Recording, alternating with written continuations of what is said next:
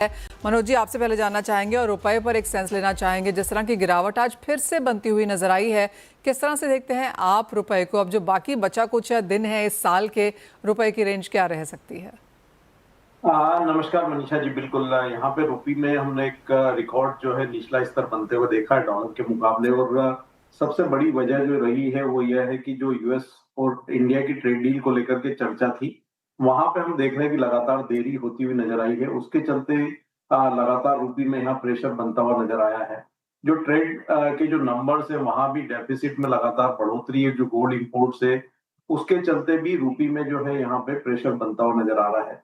तो हमारा मानना है कि अगर यहाँ पे यूएस के साथ भारत की ट्रेड डील अगर और आगे बढ़ती है तो कहीं ना कहीं वो रुपये के लिए एक नकारात्मक सेंटीमेंट जो है वो बरकरार रखेगी।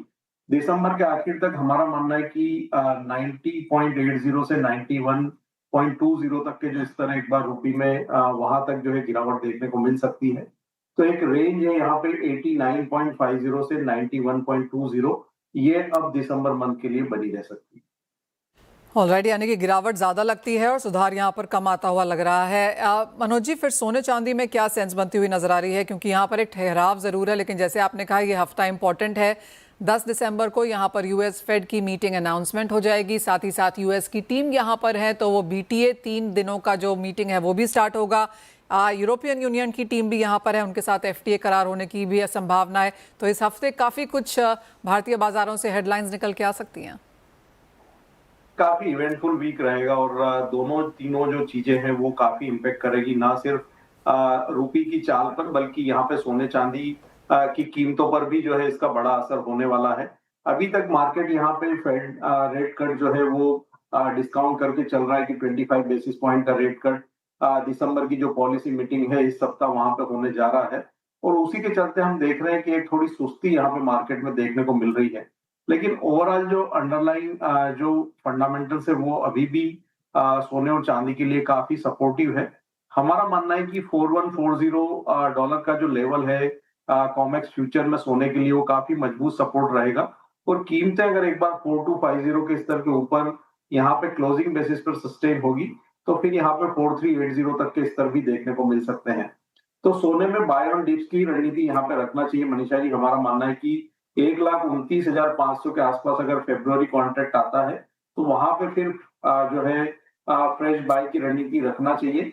स्टॉप लॉस वहां पे 1,28,800 के आसपास रखना चाहिए और 1 से 2 दिन के लिए 1,31,000 तक के लक्ष्य सोने में रखे जा सकते हैं।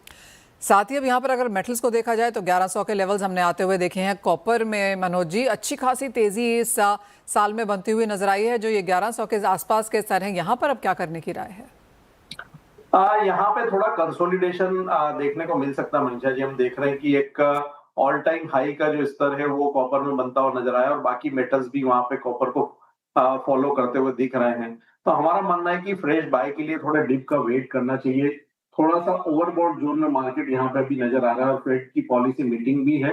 तो कुछ मुनाफा वसूली अगर यहाँ आती है 1,084 से 1,080 की रेंज में तो वहां पे फ्रेश बाय के लिए रणनीति बनाना चाहिए। फिलहाल यहाँ पे वेटेड वॉच रखना चाहिए कॉपर में। हमारा मानना है कि कीमतें 1,055 के स्तर को स्ट्रांगली होल्ड करेगी। शॉर्ट टर्म में यहाँ पे 1,118 और मीडियम टर्म में अगर मैं 1 से 2 महीने की बात करूं तो यहाँ पे 1,180 से 1,200 तक के स्तर कॉपर दिखा सकता है। लेकिन फिलहाल फ्रेश बाय के लिए थोड़ा डिप का वेट करना चाहिए। तो कॉपर में यहाँ पर डिप्स का इंतजार करें खरीदने से पहले। लेकिन मनोज जी, जिस तरह की बढ़त हमने कॉपर में आते हुए देखी है उतनी तेजी से ना सही, लेकिन जिंक और एल्यूमिनियम में भी यहाँ पर तेजी बनती हुई नजर आई है।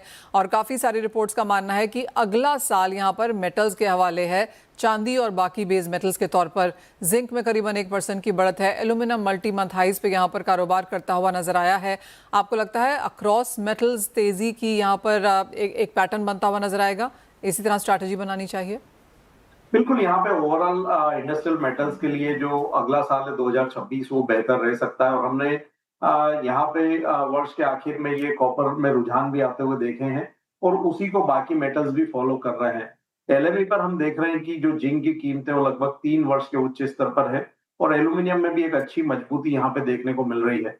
तो हमारा मानना है कि जिंक की कीमतें भी यहाँ पे आने वाले समय में 3,250 से 3,300 डॉलर एलएमई और अगर एल्यूमिनियम की बात करें तो वहां भी $3,140 तक के जो स्तर है वो शॉर्ट टर्म में देखने को मिल सकते हैं।